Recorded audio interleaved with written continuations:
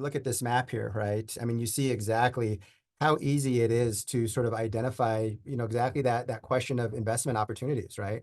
But these are done, I think with what I would call a blind eye to the past, right?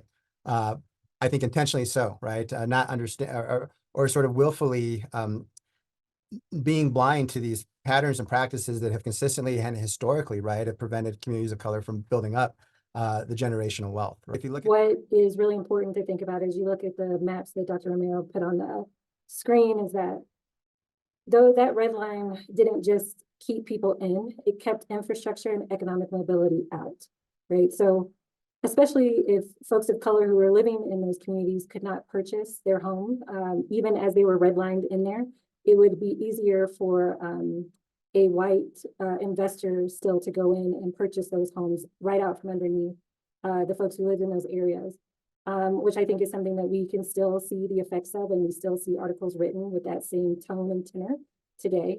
I personally believe that these systems are not broken. In fact, on the contrary, they are working as they were intended, which is quite well.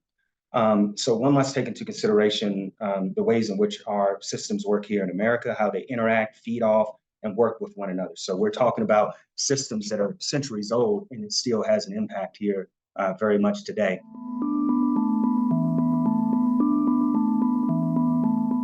We need to do in particularly Denver Metro what other metropolitan regions are doing. We need to start moving towards regional government and thinking about regional solutions. Because what happens in Denver, right, is impacting Jefferson County, it's happening in Commerce City, right, is impacting Aurora. And everything is happening in isolation, right? So what it means is jurisdictionally by law, every remedy is going to be limited, right? Because we can't think of the big picture. So that's one quick piece.